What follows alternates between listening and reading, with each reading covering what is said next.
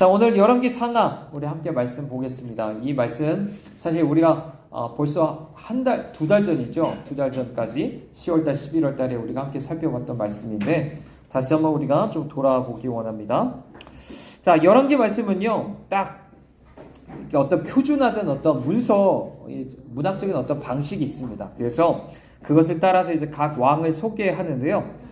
그래서 가장 중요한 점은 이제 그들이 얼마나 하나님을 향해서 어떤 사람이었는지, 그죠? 그래서 그 나라를 어떻게 하나님께로 돌이켰는지, 아니면 하나님을 떠나게 했는지, 이런 것들을 가지고 이제 평가하는 것들을 이제 보게 됩니다. 그래서 우리가 알다시피 다윗이란 사람을 기준으로 해서 선한 왕 또는 악한 왕으로 평가를 하게 되고요. 특별히 베교한 왕 같은 경우는 여로보암의 왕의 길을 따랐다라고 얘기를 하고, 그 중에서 최악은 므낫세처럼 행했다라고 얘기를 하게 됩니다. 이 사람들은 그걸 뭘 뜻하냐면 결국에 하나님께서 이스라엘 백성들과 맺은 그 언약, 신의 산 언약이죠. 그것을 완전히 무시하고 자기 마음대로, 그러니까 말씀에서 벗어나서 하나님 섬기는 것에서 벗어나서 완전히 이제 세상에 따라서 우상 숭배하고 살았다라는 것에 대해서 우리 가르쳐 말하고 있는 것입니다.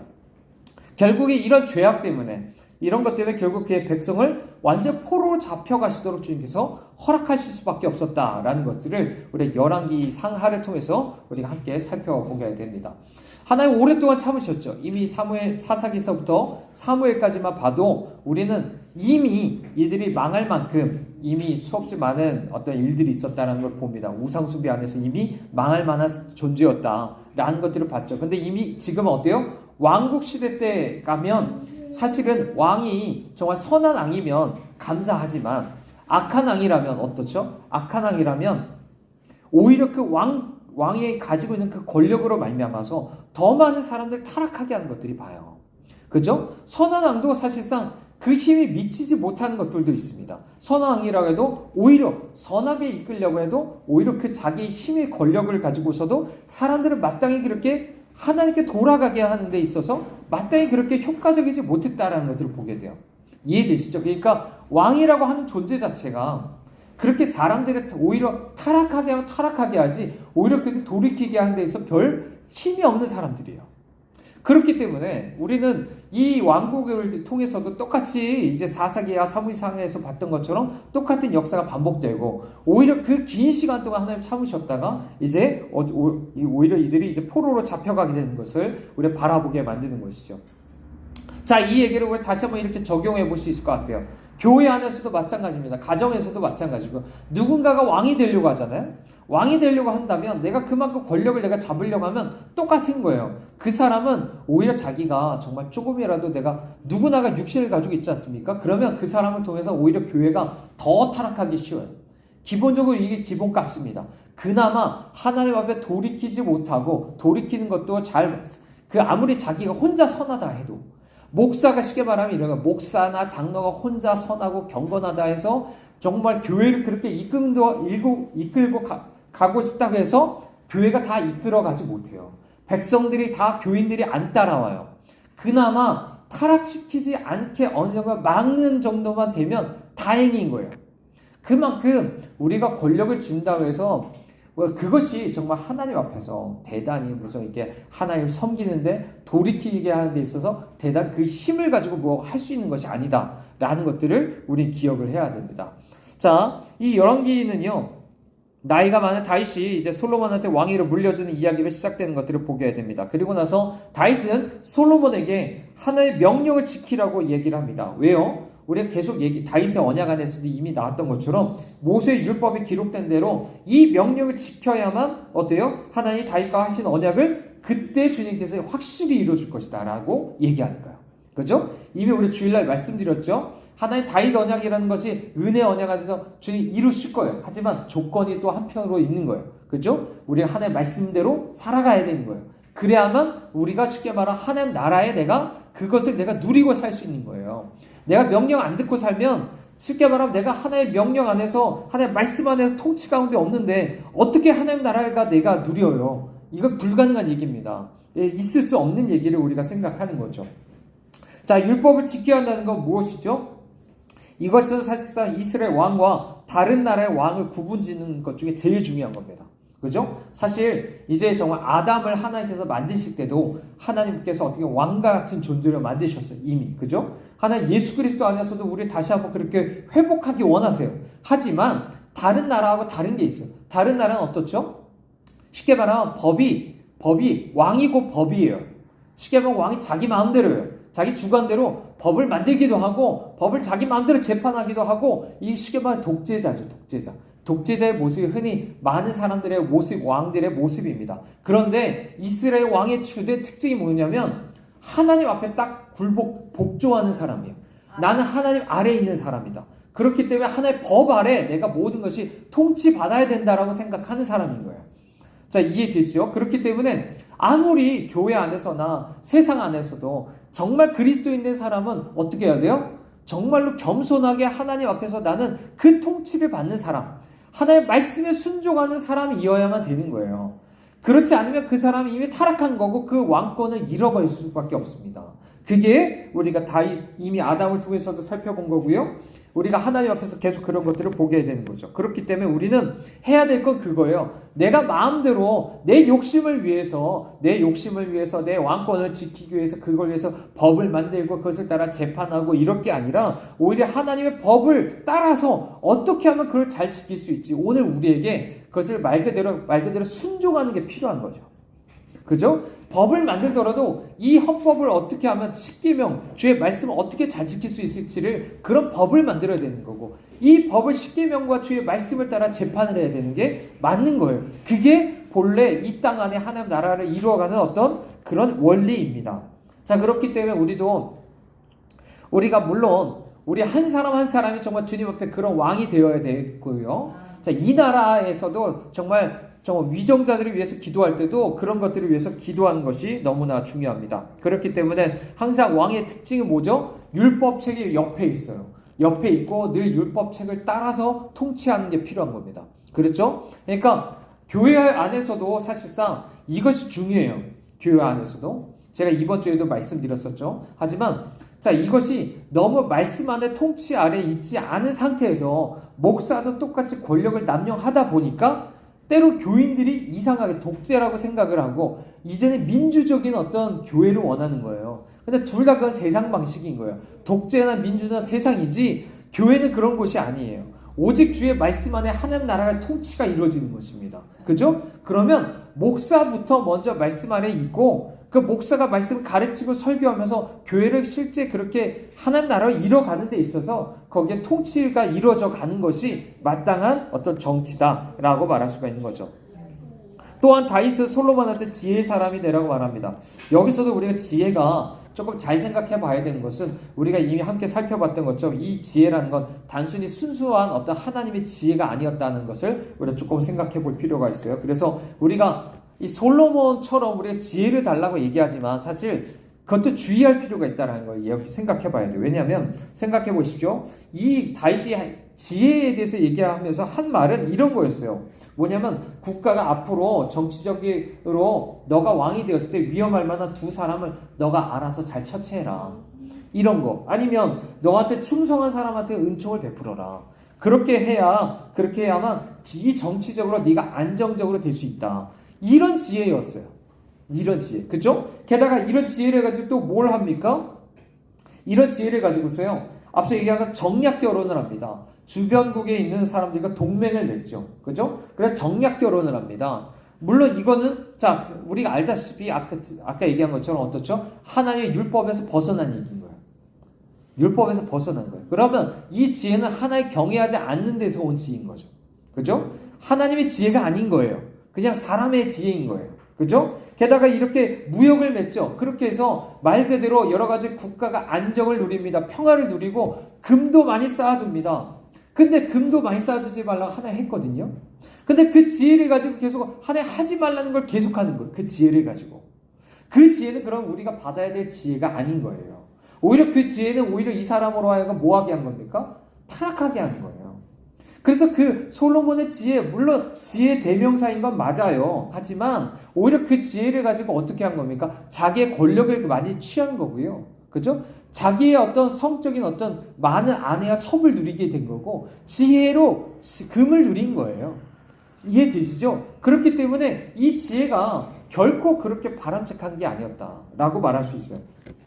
물론 우리가 하나님께서 이미 다윗에 대게 하신 것처럼 이미 하나님께서 이미 안식과 평화를 주셨어요. 그래서 그 안에서 하나님께서 솔로몬을 통해서 성전을 짓게 하신 축복이 있습니다. 하지만 이것은 거의 다윗이 대부분 다 준비한 것이고 사실 건축만 솔로몬이 한 것이었죠. 이런 것들을 보면 사실 세상의 지혜를 따라서 얼마나 이 사람이 이제 어긋난 길을 가는가 이런 것들을 볼 수가 있는 거죠.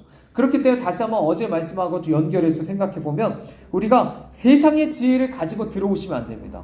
교회 안에 세상의 지혜를 가지고 돌아오면 안 돼요. 그 지혜를 가지고서 여러분이 정말 세상에서 때로는 그것 때문에 그 지혜를 가지고 정말 이 세상에서 많은 어떤 하나님 주신 축복을 누리실 수 있어요. 건강할 수도 있고요. 뭐 좋은 관계를 누리실 수도 있어요. 하지만 그것이 하나님 말씀에서 벗어났다면 그 지혜는 사실상 어리석은 것이나 마찬가지입니다. 그런 지혜를 추구해서는 안 돼요. 여전히 교회 안에서 그런 지혜를 설교하는 분들이 많아요. 그래서 많은 사람들이 그 길로 교회를 다닙니다. 하지만 하나님 앞에서 우리 그런 지혜는 오히려 솔로몬과 같이 사실 타락하는 길로 갈 수밖에 없다는 것을 늘 우린 생각을 해야 되죠. 자, 물론 그렇다고 해서 하나님이 다윗에게 주신 언약이 끝나는 건 아닙니다. 왜냐하면 심판하긴 하지만 그 안에는 항상 자비가 있어요. 그래서 아까 얘기한 것처럼 자녀로서 매를 드시긴 하지만 완전히 버리진 않으시는 거죠. 이게 택한 자에게 있어서 주시는 하나님의 은혜인 것입니다. 그죠? 물론 아까 얘기한 것과 이게 다른 거예요. 사울과 같이 택함 받지 않은 사람은 이미 징계가 아니라요. 그 사람 완전히 형벌로서 완전히 끝나버립니다. 정죄의 심판을 받고 끝나버려요. 물론 그렇지만 자녀된 사람, 택한 자에게 있어서는 하나님께서 이런 자비를 주님 주신다라는 것들을 우리가 보게 되죠. 그래서 유다 지파는 계속 존재하게 되죠. 그래서 이거는 다른 지파보다 더 낫거나 해서가 아닙니다. 우리가 이미 여호와께서 다윗과 예루살렘을 택하셨고 무슨 일이 있어도 약속을 지키실 것이기 때문에 하나님의 신실함 때문에 유다 지파가 계속적으로 주님이 택함 받은 것이지 그런 어떤 유다 지파가 어떤 특출나서가 아니었다라는 것들을 늘 우리 기억을 하셔야 됩니다. 그러므로 늘 우리 주님의 은혜를 붙잡으셔야 되죠. 이런 솔로몬 이야기의 중심은 바로 성전 건축에 있습니다. 그 이야기인데 이거는 바로 어디서 예배하는지가 되게 중요했어요. 왜냐하면 하나님 한 장소를 택하시죠. 그죠? 그게 바로 예루살렘입니다. 그래서 그 외에 예루살렘에서 주님이 성전을 지으시고 이제 이곳에서만 예배하라고 하세요. 다른 곳에 산당이라고 얘기했던 이제 그곳에서 예배하면 안 됩니다. 심지어 그 산당에서 나중에 우상숭배를 많이 하게 되죠. 그렇기 때문에 다른 곳에서 예배하면 안 돼요. 이 얘기는 오늘날 뭐라고 얘기했었죠? 성전된 교회 안에서 예배해야 되는 거야. 교회라는 것이 여러분의 인식이 잘 없는 상태에서 그냥 내가 아무 데서나 뭐 예배하면 되는 게 아니에요. 그죠? 요즘에 뭐 온라인 예배라든지 뭐 이렇게 예배를 하는데 사실 그거는 말이 안 되는 거예요. 물론 하나님께서 어디나 계십니다. 하지만 주님께서 원하시는 것은 뭐냐? 성전된 주님의 몸, 그 안에서 주님 앞에 예배하는 거예요. 그 사람들과 우리 지체된 사람들과 함께 모여서 예배하는 걸 주님 원하시는 거예요. 그 외에서 드리는 것은 산당에서 드리는 것과 똑같다라는 것을 우리가 기억하시기를 바랍니다.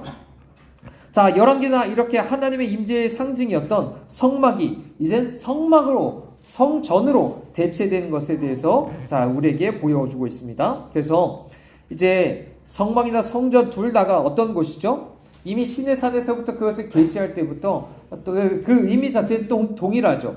뭐냐면 하나님께서 언약 맺으신 우리 백성 가운데 주님께서 우리와 함께 거하시겠다라는 의미를 가지고 있는 게 바로 성전입니다. 심지어 집이라는 건 뭐죠? 말 그대로 성막처럼 옮겨 다니는 게 아니라 영원히 그곳에 거주하시겠다는 거잖아요. 이게 어디에다 연결이 되냐면 바로 우리 교회 안에 정말 이것이 연결이 됩니다. 더 놀라운 건 뭐냐면 하나님께서 우리 성전 삼으셨다는 게 바로 그런 의미인 거예요. 예를 들어 구약에서는 하나님께서 임하시지만 하나님께서 임하셔서 잠깐 사용하시지만 거주한 적이 없어요. 그 얘기는 뭐냐면 하나님께서 우리에게 지금 성령으로 오셔서 내주하신다는 건 우리 안에서 안식하고 쉬시겠다는 뜻인 거예요. 놀라운 것이죠. 그냥 하나님께서 만약에 정말 우리에게 떠났다가 오셨다가 이곳 갔다 저곳 갔다 하시는 게 아니라 영원토록 이 교회 안에 주님이 안식하시면서 이곳에 거하시겠다라고 이야기하고 있는 것이에요. 그렇기 때문에 우리에게 있어서 이것을 너무나 귀하게 여길 수 있기를 바랍니다. 그리고 그 날마다 우리는 그것을 구하셔야 돼요. 좀 구하셔야 됩니다. 정말 성전 내 교회를 기도하셔야 되죠. 그렇게 출애굽 시대부터 다윗 시대까지 자 계속 백성들은 이제 성막이라는 이동식 성소에서 거기서 이제 하나님이 거처셨지만 이제는 하나님께서 영구적인 안식처인 이 성전을 지을 수 있게 하시는 이런 역사를 우리가 보게 됩니다. 자, 열왕기를 읽으면요, 성전의 크기나 그 화려함에 있어서 상당히 놀라게 되는 것들을 보게 됩니다. 그리고 자, 그곳에서 예배 드리는 모습을 상상한다면 아마도 이스라엘이 얼마나 그 안에서 하나님 주신 영광과 그 축복들을 누렸는지 이런 것들을 이제 생각을 해볼 수 있게 될 거예요. 자, 우리는 다만 자, 우리가 이런 것들을 생각을 해야 됩니다. 하나님 정말로 이렇게 정말 앞서 얘기한 것처럼 자, 하나님께서 준 이런 어떤 정말 축복 안에서 주님께서 이런 성전된 것들이 지어간다는 건 정말로 놀라운 특권이에요. 근데 우리가 기억해야 될 것은 이 성전됨은 어디서 완성이 되죠? 새 예루살렘 성에서 완성되어 있는 것을 보게 되죠. 그렇기 때문에 우리가 성전 건물이 막 대단히 크고 화려한 것에 대해서 여러분이 바라볼 필요는 없어요. 왜냐하면 그것은 어쨌든 무너집니다. 몇 번 무너졌어요. 솔로몬 성전이 무너졌죠. 헤롯 성전도 무너졌죠. 벌써 2번이나 무너진 걸 보게 됩니다. 건물은 무너지게 돼 있어요. 우리가 하나님 앞에서 우리가 타락해서 결국에 우상 숭배하면요, 하나님 결국에 그 성전도 다 파괴하는 걸 봅니다. 교회 건물도 똑같아요. 그거는 영원한 게 아닙니다. 정말 우리가 바라봐야 될 건 영원한 주님의 성전으로서 얼마나 우리가 세워져 있는가가 중요한 거예요. 그래서 우리가 주님이 예수 그리스도라는 터 위에서 우리를 성전으로 주님께서 우리를 세워가신데 우리 교회가 얼마나 성전으로 지어져 가는지를 여러분이 보셔야 됩니다. 우리 교회는 얼마만큼 완성이 됐는가? 이 건축이 완성되어가지고 정말 성전이나 성막이 완성됐을 때 여호와의 영광이 가득 찼던 것처럼 정말 여호와의 영광이 가득 찰 만한 그런 완성의 단계까지 우리 교회가 갔는가? 이런 것들을 보셔야 돼요. 근데 어떤 교회는 우리가 이렇게 말씀드리지만 어떤 교회는 기초 자체도 공사가 제대로 안 된 교회가 있어요. 교회가 교회 같지도 않은 교회도 많아요. 맨날 세워졌다가 무너졌다 하는 교회도 많아요. 하나의 영광은 없고 온통 앞서 얘기한 것처럼 이미 이런 성전들이 무너져는 것처럼 그 교회가 온통 터부터 시작해서 맨날 터가 갈리고 또 성전이 조금만 세워졌다가도 또 무너지고 이런 교회들이 진짜 많다라는 것들을 우리가 생각을 해야 됩니다. 그렇기 때문에 우리가 늘 생각해야 되죠. 아무리 성전이 이렇게 장엄해도 불구하고 하나님이 축복이나 임재가 자동으로 보장되는 게 아니에요. 그렇죠? 하나님 앞에 순종하고 오직 하나님만 섬겨야만 그 성전이 서 있는 겁니다. 이해되시죠? 그렇기 때문에 자, 하나님의 이게 성전에 있어서 정말 중요한 것은 뭐냐면 그만큼 하나님의 성전 안에서 오직 주님만 섬기는 그런 마음된 사람들이 모여야 되는 거예요. 신자 한 사람 한 사람이 그런 사람이 되어야 되는 거예요. 그래야 교회가 마침내 성전된 그런 어떤 교회가 될 수 있겠다라고 얘기를 할 수가 있습니다. 자, 우리가 성전 짓는데 7년 걸렸지만요, 솔로몬 자기의 집을 짓는데 13년 걸렸습니다. 게다가 자기의 집이 성전보다 더 컸죠. 더 크고 화려했다라는 것들을 보게 됩니다. 심지어 그래서 성전이 왕의 부속 예배당 예배실 정도로 보일 정도로 얼마나 쉽게 말하면 자기의 궁전에 더 관심 많았다는 거예요. 성전은 아까 얘기한 것처럼 다윗 때문에 지었을지 모르겠지만 정말로 이 사람의 관심은 자기의 성전에 있는 거예요. 자기의 왕국, 이미 우리가 지난번에 봤었죠. 많은 사람들은 자기의 왕국에 관심이 있어요. 자기의 궁전을 만드는 데 관심이 있어요. 그러면 안 돼요. 정말 하나님 나라에 관심이 있는 사람들이 돼야 된다라는 거죠. 결국 문제는 마음이었던 것을 우리가 보게 됩니다. 계속 하나님께서 계속 결국으로 우리에게 경고하셨던 것처럼 뭐죠? 정략 결혼을 얻은 아내들이 결국에 솔로몬의 마음을 돌이킨 거예요. 하나님으로부터 계속 우상으로 돌이키게 하였기 때문에 그렇기 때문에 정말 심판을 당할 수밖에 없는 거예요.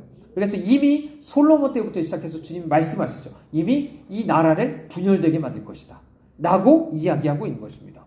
그래서 우리가 계속 강조하는 것 중에 하나가 뭐였다고요?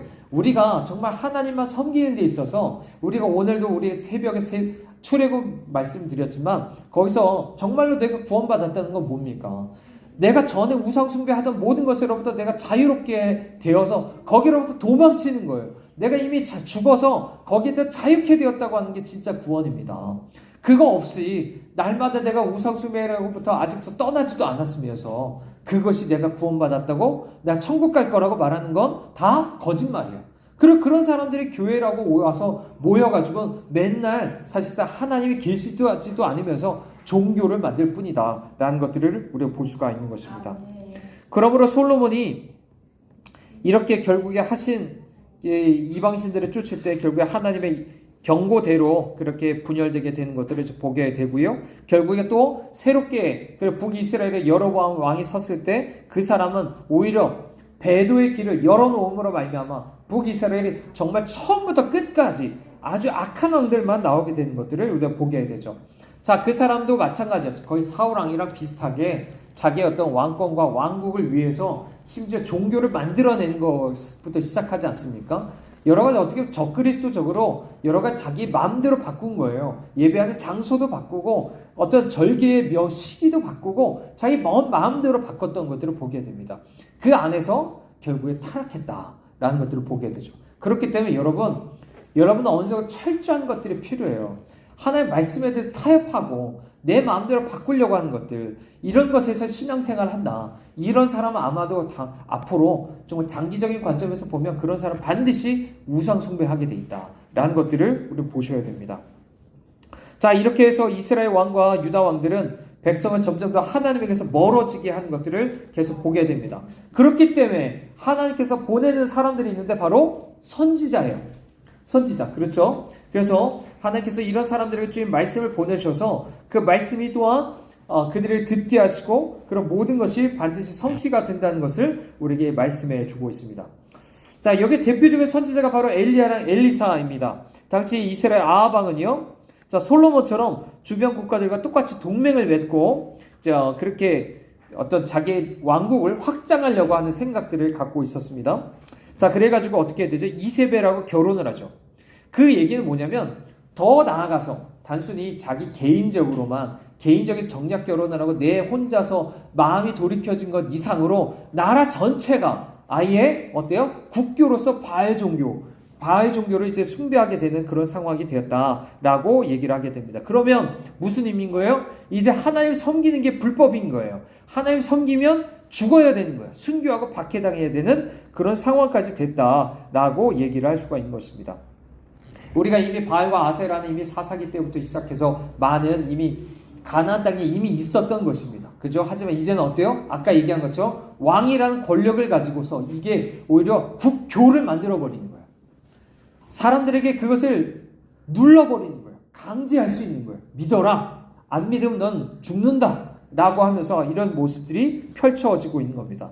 자, 이때 하나님께서 불러주신 엘리야와 엘리사라는 사람은 사실 모세와 여호수아처럼요, 아주 주인과 종, 스승과 제자처럼 연결되어 있죠. 그래서 엘리야는 모세처럼 시내산에서 하나님을 만납니다. 실제 그런 음성을 듣게 되는 것들을 보죠. 그리고 엘리사는 여호수아처럼 요단을 건너가서 계속적으로 축복과 저주를 내리는 것들을 보게 됩니다. 그래서 심지어 이거 주목할 만한 것 중에 하나가 여리고와 베델에 대한 겁니다.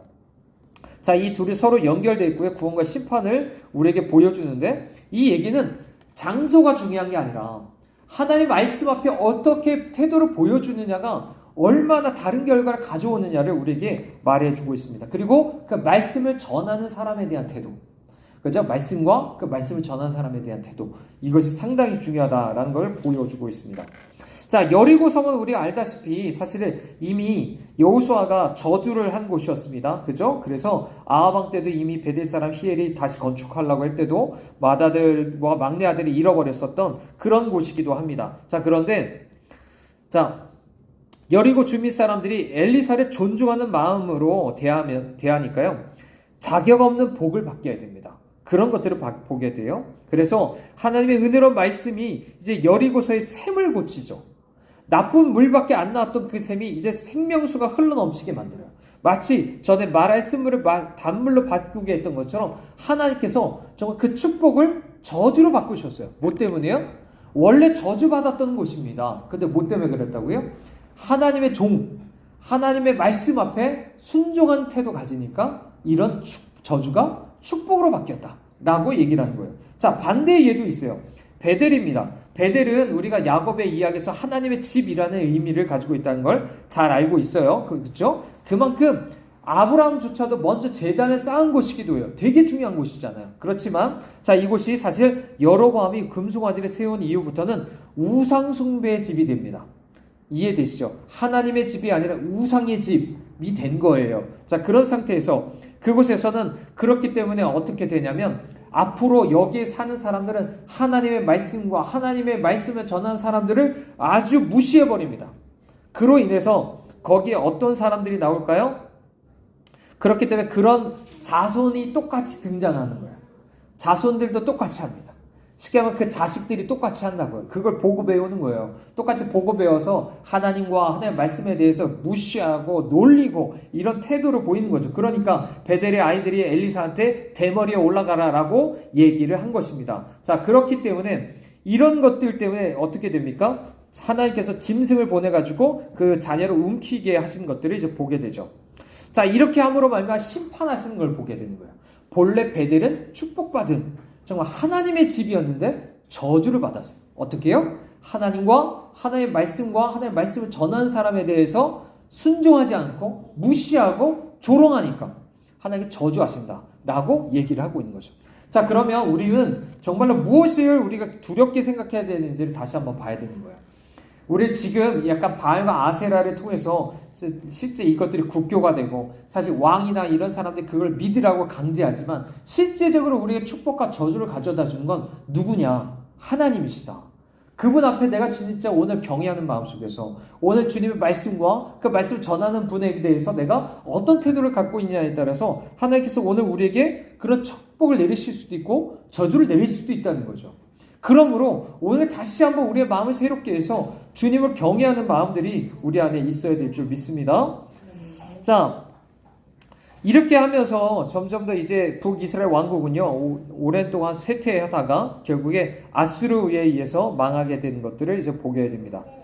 자, 아수르는요, 보통 세 단계에 걸쳐서 한 지역을 이제 점령하게 됩니다. 첫 번째는 침략하는 나라로부터 조공을 받습니다. 그런 봉신국을 하죠. 그래서 옛날에 우리나라가 중국한테 그랬던 것처럼 그런 식으로 하는 거죠. 자, 두 번째는 그 지배 국가의 왕을 폐위하고 자기가 원하는 왕을 세워서 마음대로 조종합니다. 이해되시죠? 그러니까 예를 들어 중국이 우리나라한테 왕을 그 왕 데리고 와. 그리고 자기 원하는 대로 왕을 세워놓는 이런 식입니다.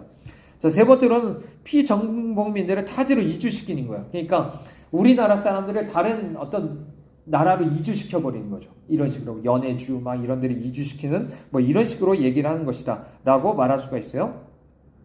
자, 이미 아수르에 의해서 북이스라엘은 사실상 마지막까지 완전히 멸망당해서 세 번째 단계까지 이르게 된 것들을 보게 됩니다. 자, 문제는 뭐냐면 남왕국이 스스로 첫 번째 단계 내가 당신의 봉신국이 되어서 당신의 조공을 바치겠다고 하는 거예요. 이 얘기는 뭐냐면 쉽게 말하면 내가 하나님하고 이미 언약을 맺었거든요. 하나님하고 언약을 맺었는데 내가 이 하나님 언약을 내가 버리고 나는 아수르하고 언약을 맺겠습니다 하고 말하는 거예요.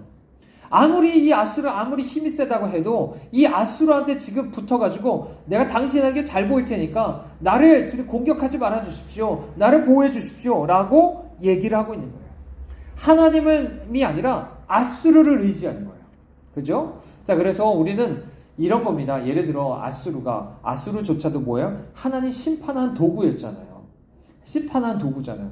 예를 들어 하나님 교회를 심판하기 위해서 세상을 들어 쓰실 수 있어요. 권력자를 들어 쓸 수 있어요. 근데 거기다 빌붙는 거죠. 거기 타협하면서 빌붙어요. 그래서 제발 우리 좀 공격하지 말아 주십시오 하면서 우리 교회가 당신들 찍어주겠습니다. 돈도 갖다 드리겠습니다. 이런 식으로 언제든지 할 수 있는 모습들을 말해주고 있는 것입니다.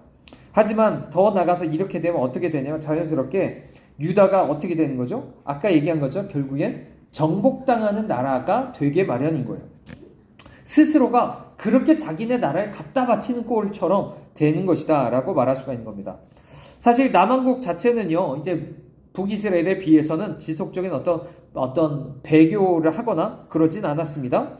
그래서 대부분 선한 왕도 있었고, 그렇죠? 선한 왕도 있었고, 상당히 어떤 선지자들의 말도 꽤 많이 들었던 것들을 우리가 보게 됩니다. 하지만 그렇다고 해서 남왕국이 그렇다고 크게 다를 바가 없었어요. 쉽게 말하면 도토리 키재기였던 거예요. 이해되세요? 그러니까 우리가 보기에는 사람이 봤을 때는 야 남유다가 그래도 좀 낫네 라고 할 수 있어요. 그래 선하네 라고 말할 수 있지만 어쨌든 남유다도 죄인이었고요. 남유다도 결국 망했습니다. 이해되시죠? 그러니까 우리도 이렇게 생각을 해봐야 돼요. 내가 저 사람보다 좀 낫네. 저 사람 아예 대놓고 악한 사람이 있어요. 어떤 사람이. 그죠?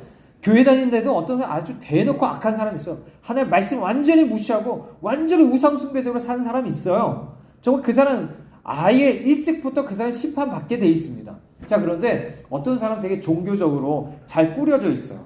그래도 가끔은 그래도 양심에 찔려가지고 하나님의 말씀을 듣기도 하고 나름 그래도 하나님의 말씀 앞에서 종교적으로 열심히 살아가려고 하는 모습들이 있어요.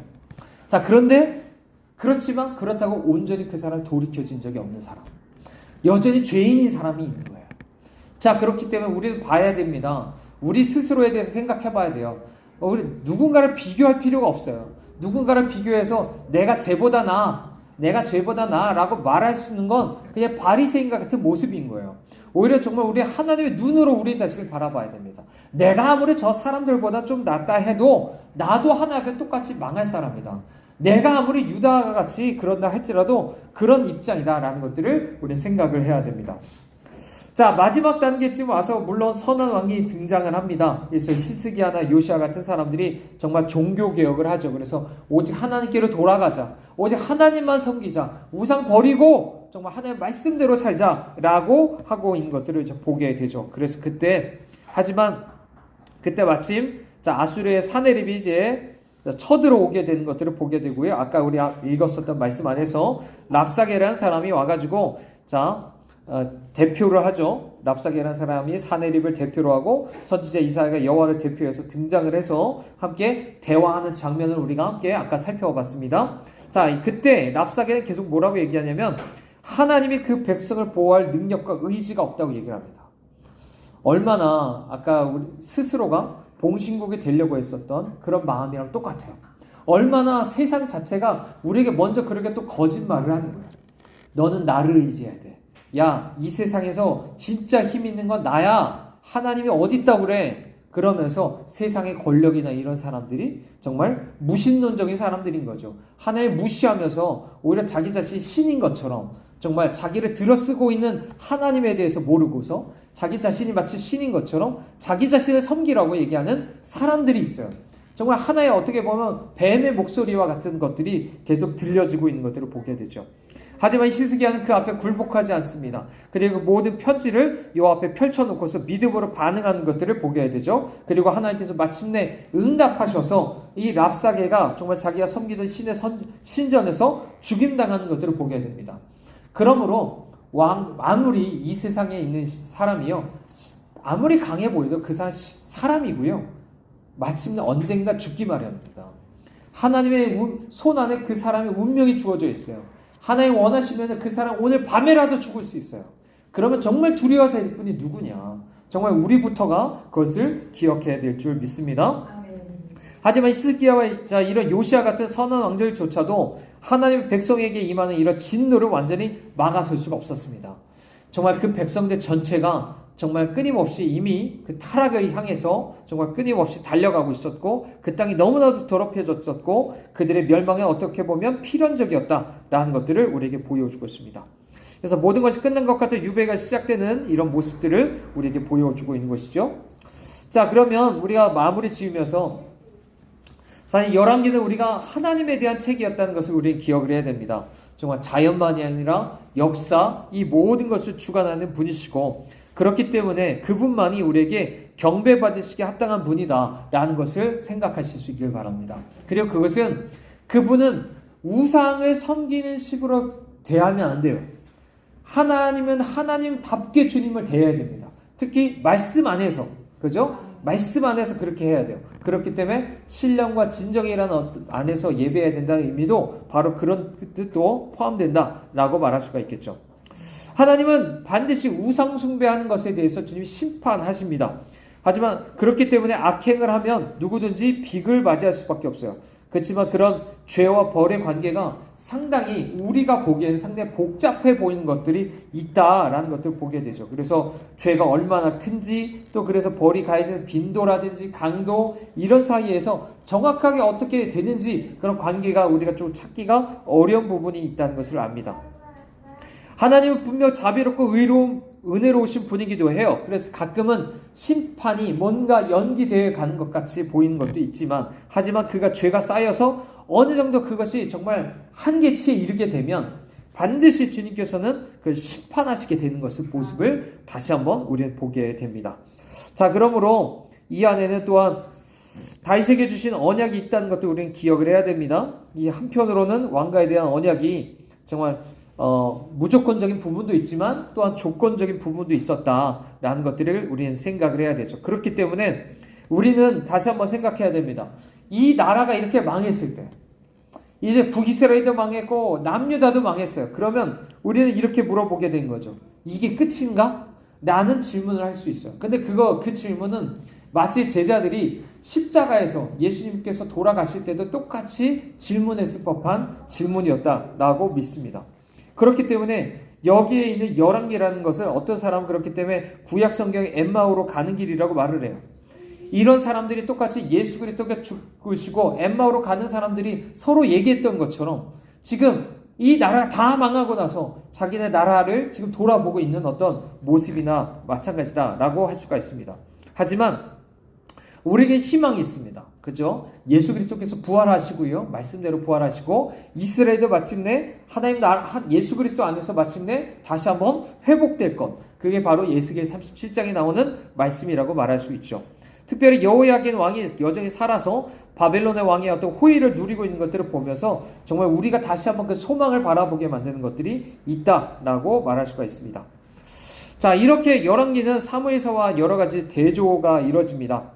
사무엘서가 조금 혼란에 빠졌던 사사시대 말기에 시작돼서 다윗 왕의 통치로 이제 끝난다면, 열왕기는 이제 솔로몬의 통치로 시작해서 포로로 끌려가는 이야기로 이제 끝나게 됩니다.